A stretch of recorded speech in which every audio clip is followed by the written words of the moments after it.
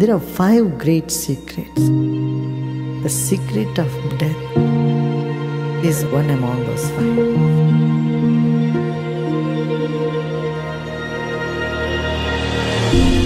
We never question what happens after life. What is death? After that, where do we go? What does one experience during death? It's like changing your clothes, moving from one room to another room. After human life, there are many realms. So then why do they come back to life? To become free, it has to come back. Is it possible to choose the time of death? Oh yeah. If you are a good yogi, you can do that. If you know life thoroughly, you know death. If you know death, you know what life is.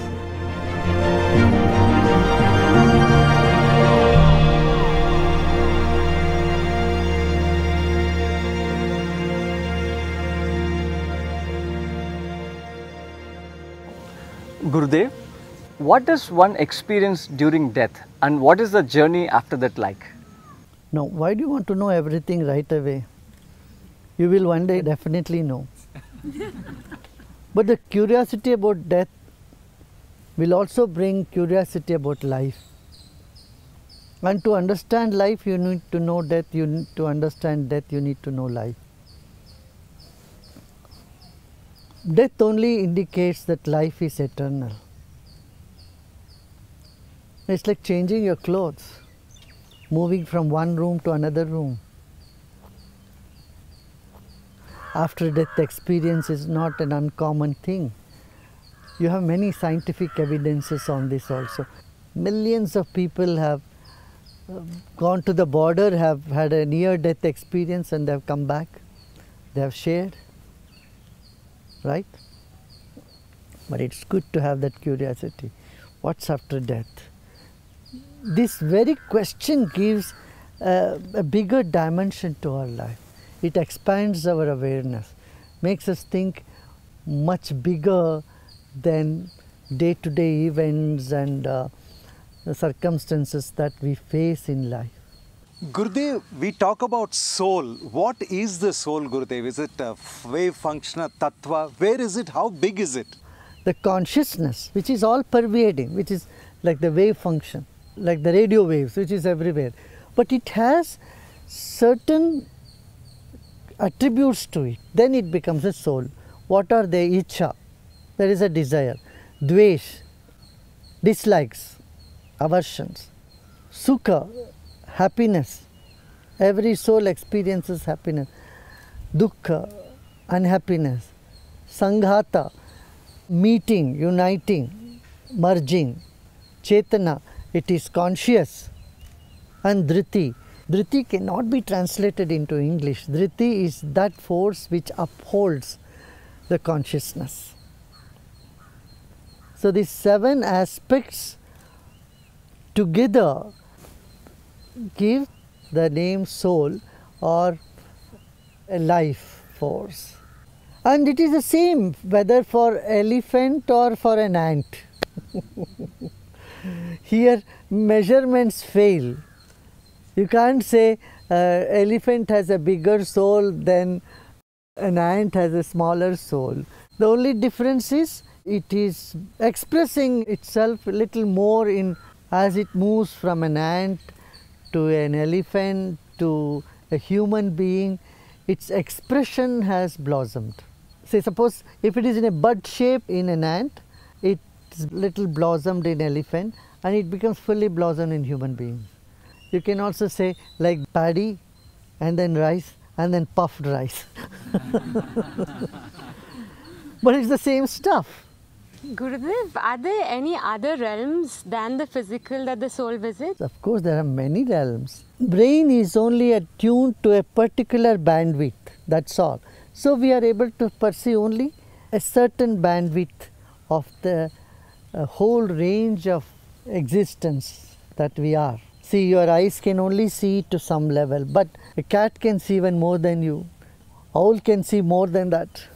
So their bandwidth is higher.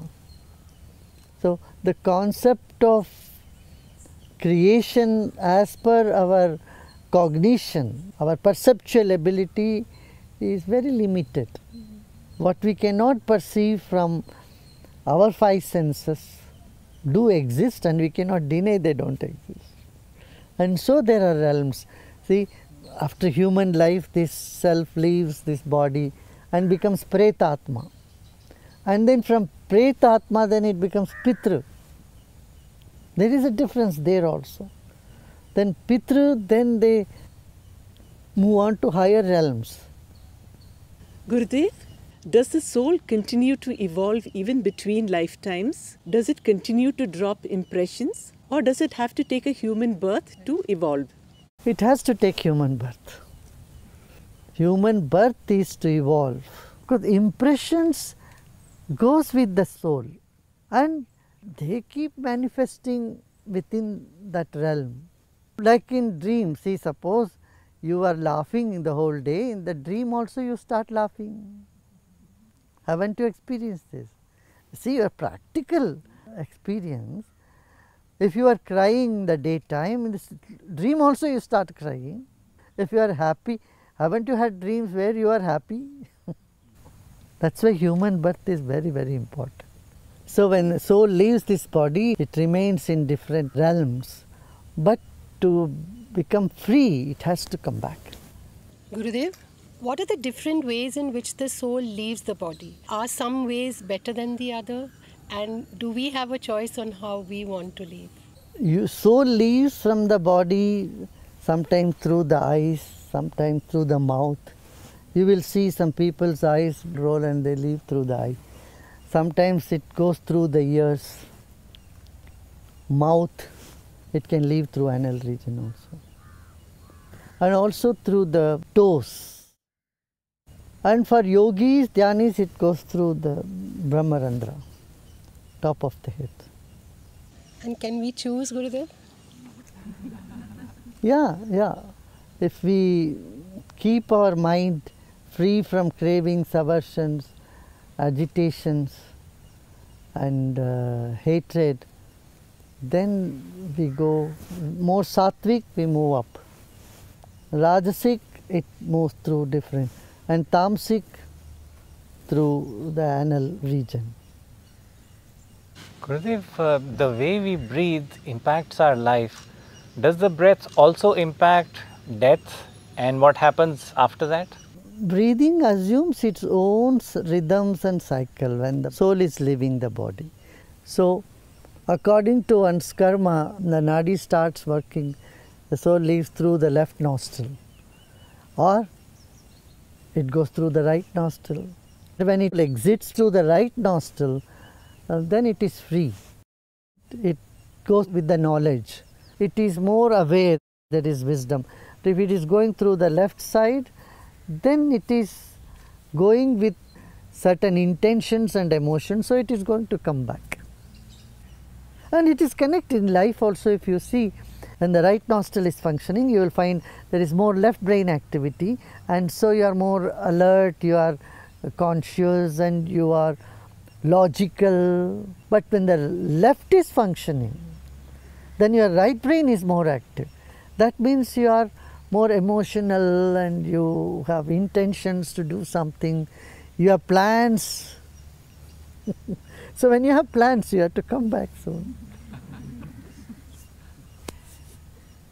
When both are functioning, that is Sushumna Nadi, then that is Samadhi. When you exit in meditative state, then you have no obligation, you don't have to come back.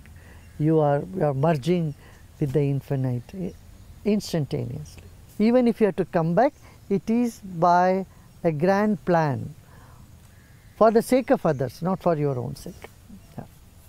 Gurudev, Bhishma chose when to die. Is it possible to choose the time of death? Oh yeah. If you are a good yogi, you can do that. And how does the time of death affect the next life? It's all connected to karma. That's why it said, like the time of birth is important to make one's chart and to get a overall view about what one's life would be. The time of death also has a meaning. हम लोग कहते हैं ना, so पंचक लग गया. The last 5 stars of the zodiac Dhanishta, Shatabisha, Purvabhada, Uttarabhada, Revati. These are the last 5 stars. When a soul leaves at that particular time, when these 5 stars are there, it is said that soul is still very earthbound. It doesn't quickly move on. Like there is a season to sow the seed, only then the seeds will sprout. In the same way, certain days when the soul leaves the body, it remains earthbound for 6 months' time. It still lingers around that place, it gets attached to that place. So that is why Panchaklagya, that is one belief also. So you don't have to worry on that. Gurudev, some people believe that if they live beyond the age of 84, they're not reborn again. Is that true? Age does not count there at all. Some can remain frustrated even beyond 84, 85. You can see people who are 85, 86 or even 90, they look so sad and they so dull and they are carrying so many cravings, aversions, sadness, disappointment in their mind. See, mind doesn't age, my dear. Body ages. That's why people feel that they have not aged, though their body is aging. There's something in them that makes them feel I'm not aged. This mind which takes the impressions. People who are beyond 80 and all, they get so addicted to pornography. Their body is dysfunctional, but their mind is craving for all those impressions. What impressions they have? You can see people at old age cribbing and being negative, and you can say they will be not reborn. Who says that? People who pass certain age, if they are not in the spiritual realm, or if they are not cultivated a broad mindset, they can still sit and crib. Anybody who cribs will have to come back. Gurudev, when a person dies, the soul is reborn. Then why do we do Shraddh? How does Shraddh help the soul that has already reborn? No, Shraddh is for yourself. Shraddh means Shraddha, that which is done with Shraddha, means with faith. Your sense of gratefulness, your sense of acknowledging their contribution to you, definitely creates certain vibrations which goes beyond this realm. Like prayer goes beyond this realm, the material realm, the physical realm.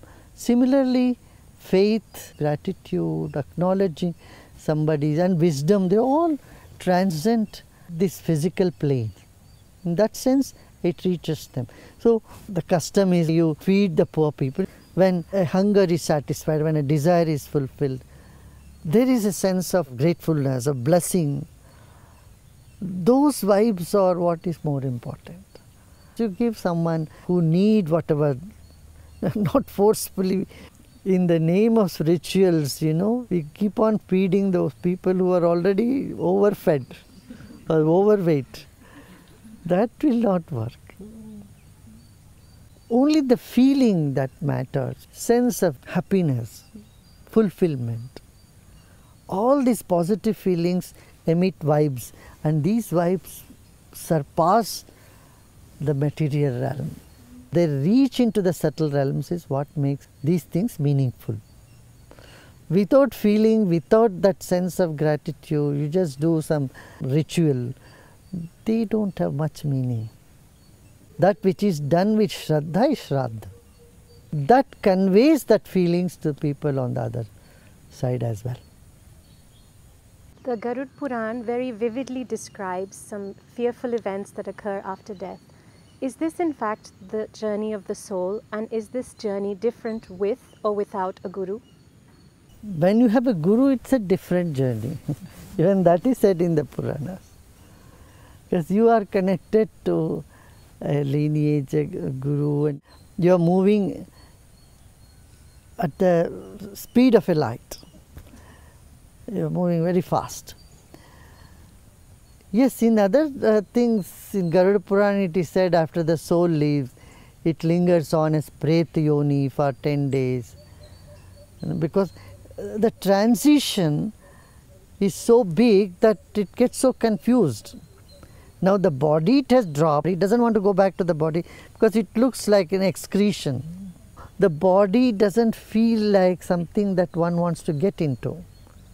But one is not used to the other side. This is called Pretyoni. They are in between now. And then after some time it gets used to this in between stage, then it moves on. This is where the knowledge helps. When someone dies, the son or daughter, the priest, they say, you are not the body, you are not the mind, you are not your intellect. Move beyond this. Let this earth element absorb the earth element in your body. Let the water in your body go to the water. Let the fire element engulf this entire thing. So we merge our body back into the nature. Till now it is holding, this is me. Now it says, no, I am not this. What am I? Who am I? This awareness starts happening. And so he said, holding the tail of a cow, the soul crosses the river Vaitarani.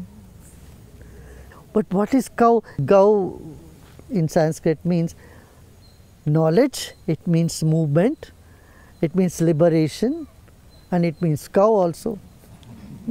So even the tail of a knowledge, even a little bit of knowledge if you hold on to, you can cross oceans. The ocean may be very big, but a small life jacket is good enough for you to float.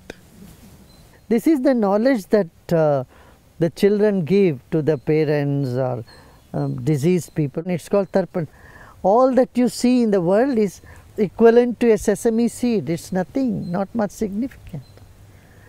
Like the sesame seed, drop all your desires, whatever incomplete machines you had in your life, leave it to us, we will take care of it. You be satisfied, move on.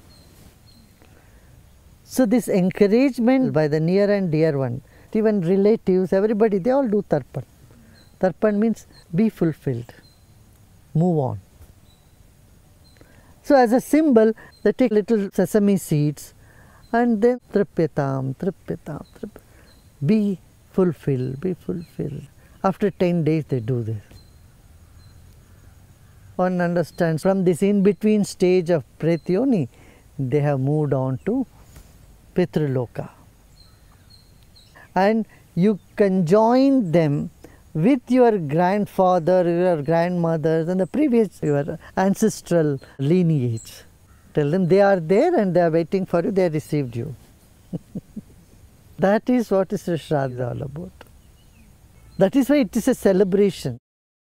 After the 10 days, 12 days, 13 days, these rituals are made like that, so that no more crying and no more sadness, but now on you should celebrate.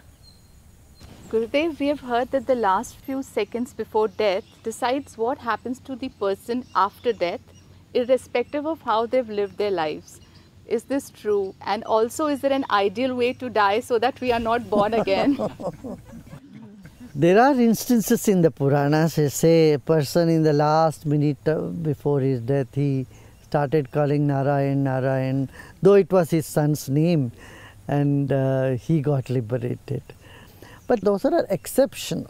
The last minute, only those impressions will come which you have been nurturing the whole life.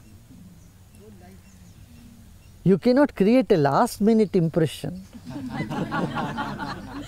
Last minute only the impression will show up whatever has been there. Yes, of course the strongest of the impressions will prevail. And that's why Sri Krishna also in Gita he said, keep me in your mind all the time. So you make my impression very strong so that you will attain me only, you will get liberated. That means whatever you have been practicing, and those practices will obviously will be your strongest impression. Because impressions are already there, they simply surface, they pop up. You cannot try to have a different impression in the last minute. So clear the mind of all the impressions and then keep it hollow and empty, keep it free. And that is meditation. People who are regular meditators, you will find automatically the last moment the meditative mind just takes over. Gurudev, it is said that if we die in a place like Kashi, we get liberated. Is this true? Kashi is not a physical place. Kashi is where knowledge is, where the Sushumna. This is called Kashi. The third eye place is Kashi. This is Ganga, Jamuna, Saraswati, all three. Prayagraj, this is also called Prayagraj. This is also called Kashi. So when someone's attention is in the third eye, that is in Sushumna Nadi, when that is opening and you die, then you are liberated. That's what it is. Not just go to Kashi, die there. Why Kashi is called Kashi like that? Kashi was a seat of wisdom. And so there were scholars. And every lane, the discussion was only on Brahman, only on the infinity. This discussion of Vedanta, Ved, was so prevalent in Kashi. So there was no craving, no aversion, no yelling, no shouting. So even anybody comes into such a Sangha, they would feel elevated. But today it is different. And you don't have to see that only one place is seat of wisdom. Someone passes away in Prayagraj, this is Mukti. Say, if someone leaves their body in Haridwar, that is also Mukti. You go to Himachal Pradesh, there is a place called Muktidham. And there is a place called Muktidham even in Nepal. And people go there, they get Mukti there. So similarly, Badrinath, Lord Krishna didn't tell Uddhav, you go and die in Kashi. He told him, I am going, you also go to Badrinath. Adi Shankara went to Kedarnath, otherwise he would have left the body in Kashi. He went to Kedarnath, he left the body there. Maharishi Patanjali left his body in Rameshwaram. And Kerala, that is called Parashurama Kshetra. Different places when you leave body, you will attain mukti when you leave body here. So, these are all beliefs you cannot attach too much importance. Even dogs are dying in Kashi, doesn't mean they are getting liberated. Buffaloes are dying in Kashi. Kashi means when you are fully aware, the third eye point, where the Sushumna Nadi is awake in you, is active. At that time when you leave, you are liberated. Gurudev, is it true that the soul can choose the family in which it is born? And if so, what drives that choice? Sanskaras. The soul picks up this person. Sanskaras, karmas. You can't even say it chooses them. It just comes into that body. It has no choice. If you have bought a ticket to go to Pune, then you have to board that particular plane which goes to Pune. So if you have bought a ticket to go to Kolhapur and it's a train ticket, you have to go to the train. You can't take that ticket and go somewhere else and sit in someone. They won't even let you go. Like that. Gurudev, when someone commits suicide, what happens to the soul? It's like someone feeling very cold and they are removing their jackets. They feel even more cold. That's why I say it's the most foolish thing one does. And it takes long time for that spirit to understand and come out of the regret. Because it has left the body, but it couldn't leave away all those garbage it is carrying with it, all the misery and all that suffering and pain. It has not gone. I thought by leaving the body it will be free from all that. So it is not. It's like jumping from the pan to the fire. That's what they feel. But over a period of time, they get relief out of it. That's why the prayers and meditations and satsangs, group meditation, all this will bring a cooler breeze to people on the other side. Gurudev, what is the significance of the last rite rituals like tying the toes or pouring water on the face, putting rice in the mouth of the departed ones? See, there are 10 nadis in our body. Ida, Pingala, Sushumna, and then Kurma, Dhananjaya, Krikala, all these nadis are there. And they all connected to different parts of the body. Yawning is connected to certain nadi. Like that twitching of the eyes are connected to Krikala. And then burping is also connected to the nadi. Now, when the causal body leaves, the subtle body is still there. The nadis are functioning a little bit. Gross body, of course, there could be some warmth, and it takes some time for the body to become cold. The Dhananjaya nadi runs through both the toes. So they tie the toes together so that the Dhananjaya nadi is balanced. So the Vayu Tattva escapes through the feet. Otherwise, what would happen is Dhananjaya nadi imbalance can bloat the stomach. And they say there is a possibility of people's stomach bursting. This is what the ancient people have seen. Interestingly, for sannyasis you make them sit in Padmasana. Enlightened people, the pranavayu is escaping through Brahmarandra already. So sannyasis, their toes are not tied. They are made to sit in Padmasana. And 5 elements are given sanskara to the body, because the body is made up of 5 elements. So rice is a symbol of earth element. So first you put rice, and then you put water element. You give them a bath. The water which is sanctified with chants. Then you pour the water energized with the mantras on the body. Or Ganga Jal. When a child is born, the first thing we do is bathe the child. So the last thing we do when the body is being disposed away is to bathe it and see it off with dignity. Then you take to the Agni Sanskara, the fire element.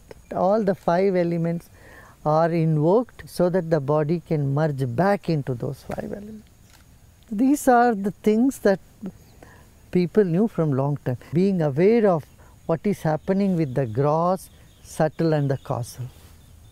So pouring water is not some shock treatment or any such thing. You don't need to shock a dead body. Gurudev, why is that in some cultures they cremate their dead? I think it is a very good practice. Number one, just imagine billions of people on the planet if everybody occupies so much of space. Second is the 5 elements should merge back into the 5 elements. See, nature does like that. When the animals die, other animals will come and they just make sure that nothing remains. It's only humans, we put the bodies in the coffins, we store it. We make a symbol, sign on top of it. But how many you can do like that? From an environmental point of view, the ancient people from many cultures, they knew this is the best way to save the nature. Can spirits possess any person? And if yes, can devas and higher spirits also possess people? Possessing is a very tough word. I would say spirits can be channeled through people. Devas do channel.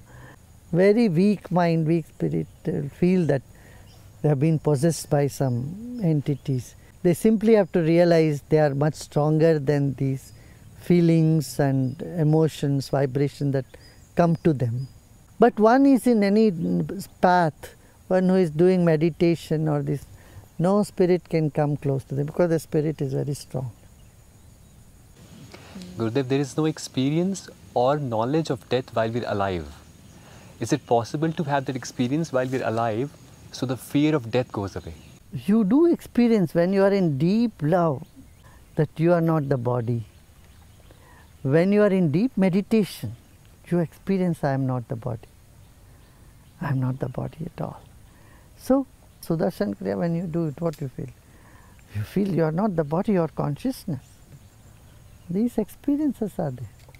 And these things will take away the fear to a great extent. A little string of fear, when nature feels it is needed in you, it will keep it. That's why it's called abhinivesha.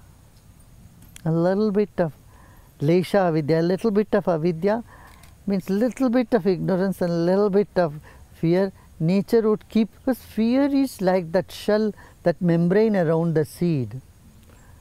That membrane leaves when the seed is sprouting, but till then it protects the seed, correct? In the same way, a child is induced with little fear so that it goes here and there and runs back to mother. Suppose it has no fear and it will go away anywhere, because that fear brings the child back to the mother. In the same way, nature keeps certain fear here, there. Meditation and wisdom, dhyan and gyan are the way to overcome them.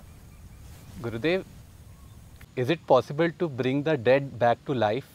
Well, there are instances where people have come back to life. Near-death experience is what we say. Clinically, people were dead and then they have come back. There are so many such cases that has happened. But there is nothing like somebody is dead and you are buried them and then you do some mantra, tantra and bring their life back. Just don't believe in these sort of things. As far as I am concerned, I think such things we should not even keep in mind. I know about a sant who has passed away. He said, I'll come back, and they're keeping their body in freezer for years together. And they believe that the saint is going to come back. He may come back. Why would he choose the same body which is so old? These are all spreading ignorance. Gurudev, how did Savitri bring back her husband's? It is the same thing like a near-death experience. People clinically dead and they wake up, get into a state of suspended animation for some time and then they wake up. This happens, but it's not by someone's effort that they do some mantra and tantra and they try to bring their body back. If they do it, it is only through some other spirit, not the same person, I tell you.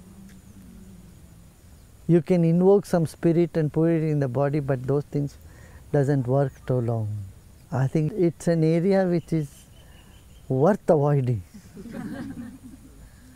Gurudev, many people who have had near-death experience, they describe it as a very beautiful, peaceful state to be in. So then why do they come back to life? And who decides that they can come back to life? Karma. It's the karma which decides. Whenever a soul exits from this realm, it doesn't even feel this realm is bad. No. Oh, it's good. You had a good time.